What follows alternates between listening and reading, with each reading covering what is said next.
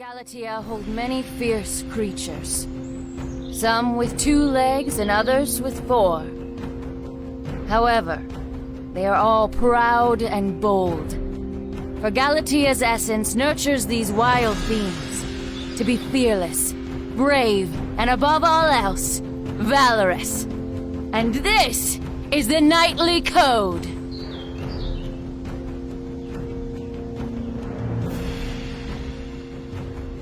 I will be your mercenary, your champion.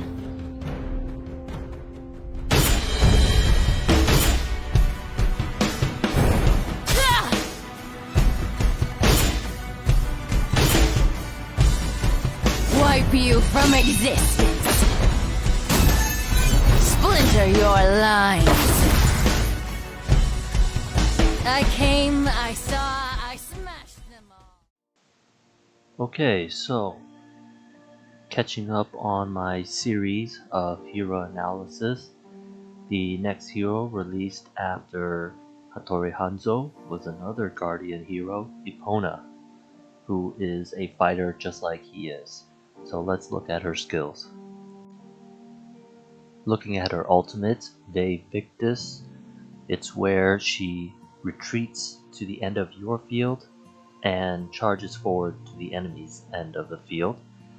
Any enemy units in the way get knocked down. And her entire moveset, you'll find, revolves around knocking down enemy units as a form of crowd control. Speaking of which, she is immune to it when she's using her ultimate.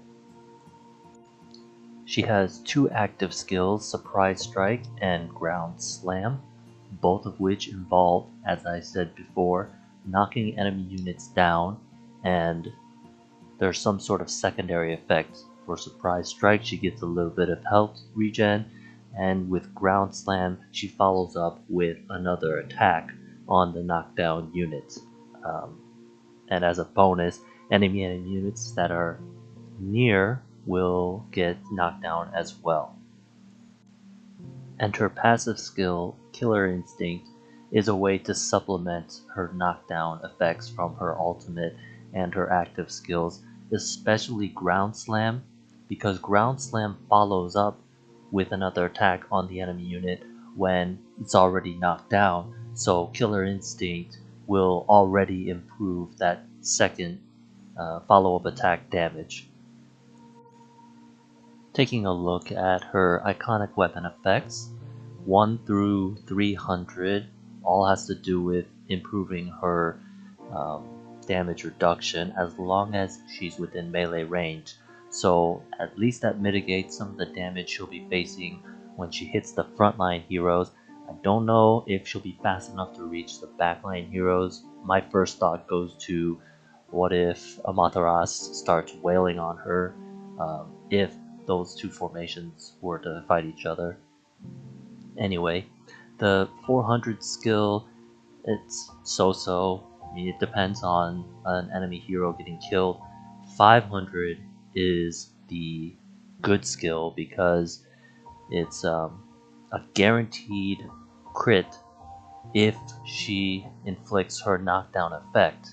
And she already does that with her ultimate, she already does that with her 2 active skills, and not only does that crit become guaranteed, but that damage will be improved by her passive Killer Instinct, so you definitely want to hit 500 for her. 600, another damage improvement, but with the requirement that she has to be in melee range.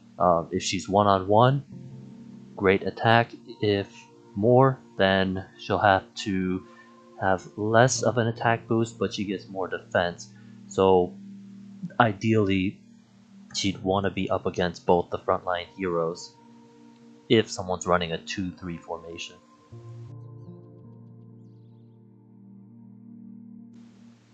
Looking at her iconic weapon, let's start with her Chimera stat, which specializes in critical defense. If you look at the entire layout of her iconic weapon stat attributes, you'll see more of it is devoted to the Chimera, the Drago, and the Genbu stats. which are the critical defense, HP, and defense stats respectively.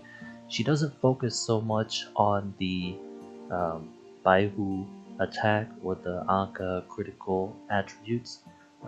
I think it makes sense because she's not so much of a heavy damage dealer. She is a lot more focused on crowd control via her knockdown effects because her ultimate does it and both of her active skills do it. So it's more important that she survives long enough that she can continuously knock down enemies. Um, so if you go into her iconic weapon, which I don't have awakened yet, iconic weapon 2, but when you go into that, I would try going for green, which increases her defense as long as the other frontline heroes are alive. And as far as her iconic weapon 2 node attributes goes, you want to go for more defensive ones, especially critical damage resistance, since that will enhance her chimera stat. But there are other ones like health percentage, defense percentage, crit chance resistance, and physical and magical resistance. So you go with those, you can't go wrong with her.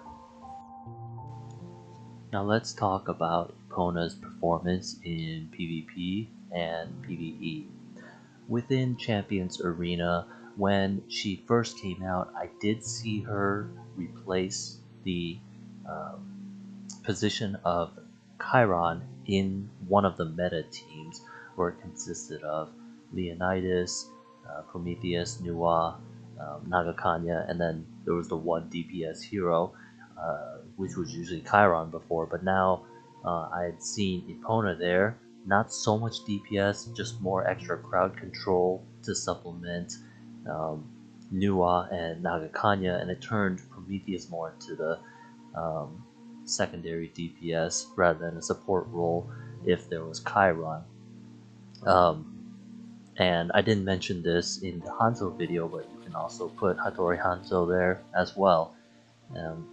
PvE, she's good at PvE because, again, she's a fighter, so she has decent damage and provides that crowd control to enemy hero teams. She's both good and bad against bosses because, and it depends on your iconic weapon level. If you have iconic weapon 6, she is good against bosses because she does get that extra 36% attack boost because it's only one enemy unit that she's fighting within melee range. However, her entire moveset revolves around knocking down enemy units and getting bonus damage off of that, and crowd control in general, which she cannot do against bosses because bosses don't get knocked down. So it's both good and bad in that sense. Mentioning the iconic weapon effects, 1 through 300 improves on her defense as long as she's within melee range, so you can have her in the back row, but you can also put her in the front line to immediately get within melee range of the other enemy frontline heroes. So unlike Hanzo, you can stick her in either line, whereas Hanzo is more relegated to the back row. And that is it for my analysis on Epona. My next hero analysis video, I'll be covering Sun Wukong, the UR hero who is the Shadow Arc and Verdian faction.